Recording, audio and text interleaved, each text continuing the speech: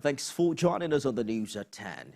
Worried by the spate of kidnappings in Nigeria, the police in Abuja have now arrested a gang of 6 suspects in connection with the kidnapping of 4 people in Sabon, Lugbe, and Gbagyi Mountain. That's in the Karmo area of the Federal Capital Territory. The victims have also been rescued. Sifonesian reports. It's an experience they'll not forget in a hurry. On January 28th and 29th, these people became victims of kidnapping at different times in the suburbs of Abuja. But their captors ran out of luck when the police launched a rescue operation for the victims. Quite an experience, early hours of 9 p.m. or so, where I wasn't really conscious at the time because we were just coming back from work, and then we encountered them on the road and they opened fire. The last thing I remember was that they took my phone and they took me away. They shot the gunshot they fired actually hit my wife on the neck. She still has it.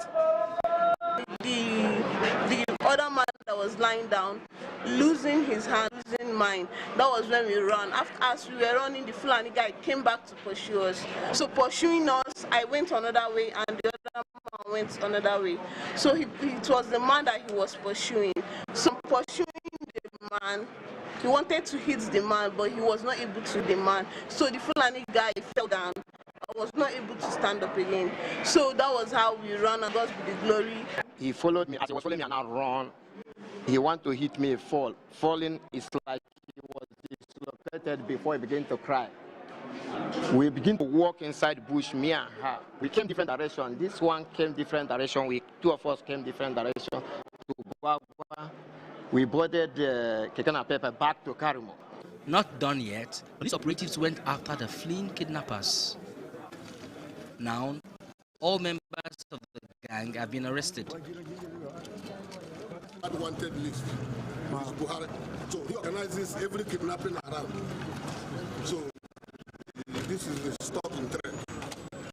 So the grace of God is on our net. These are his members and the gang leader. They used to come in from Kaduna to do the act. Today he's here with us. This is the leader, this is Buhari. So they are informants and the errand girls. When you see them, you will not suspect them. They will come and buy things for them. You will not suspect them because they are girls. That is their work. Special operations by the police are yielding some result, but the evolving security challenges in the northwest of the country also have a severe impact on Abuja. For more on the development, I'm joined by a former U.S. Marine, Bish Johnson. Thank you for joining us on the news at 10. The current situation has now been described by some as a kidnapping epidemic. Is it clear what is responsible for this challenge? And do you think arrest of this nature is enough to stem the tide? Yeah, good evening and thank you for having me. I didn't quite, the voice was too low. I didn't quite get your questions. If you can please repeat it, I won't mind. I'm asking if you know precisely, if you think it is clear, the reason for the new spate of kidnappings, and do you think that these pockets of arrests being reported by the police is enough to stem the tide?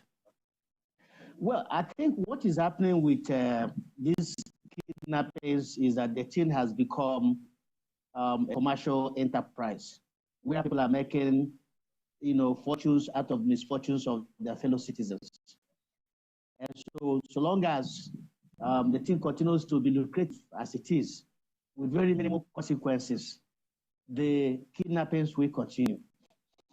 It will only stop when there are severe consequences, when the people who the kidnappers are caught, prosecuted, in very frequent times, not just 1 or 2 arrests. Yes, 1 or 2 arrests are going to help us to get some kind of intelligence information that may lead to arrest of others. It's important that we are making arrests, and I think it's good news we are making arrests, because once arrest is made, there will be interrogations and then information will be given up.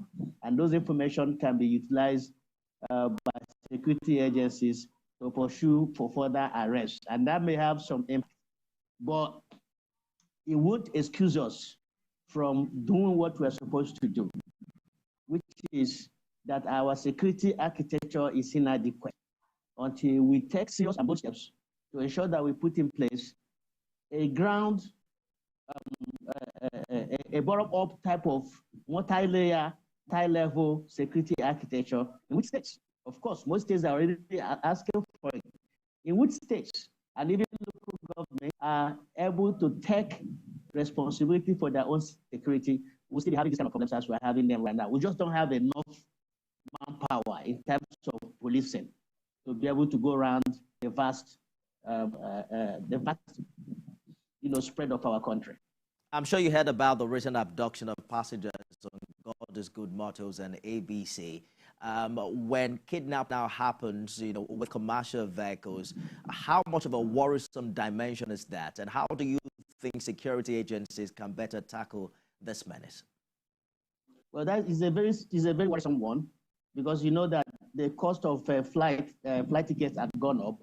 So most Nigerians now depend on road transport to get from point A to point B, and we don't have such an effective rail system put in place in the country yet for them to take the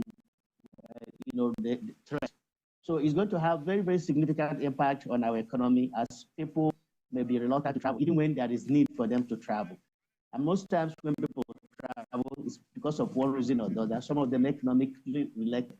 So it will have a serious impact, not just on the road transport system and those companies, but also it will have impact on our economy. Now, in the interim, there has to be more presence. Unfortunately, people complain about too many checkpoints. I think that those checkpoints are necessary evil.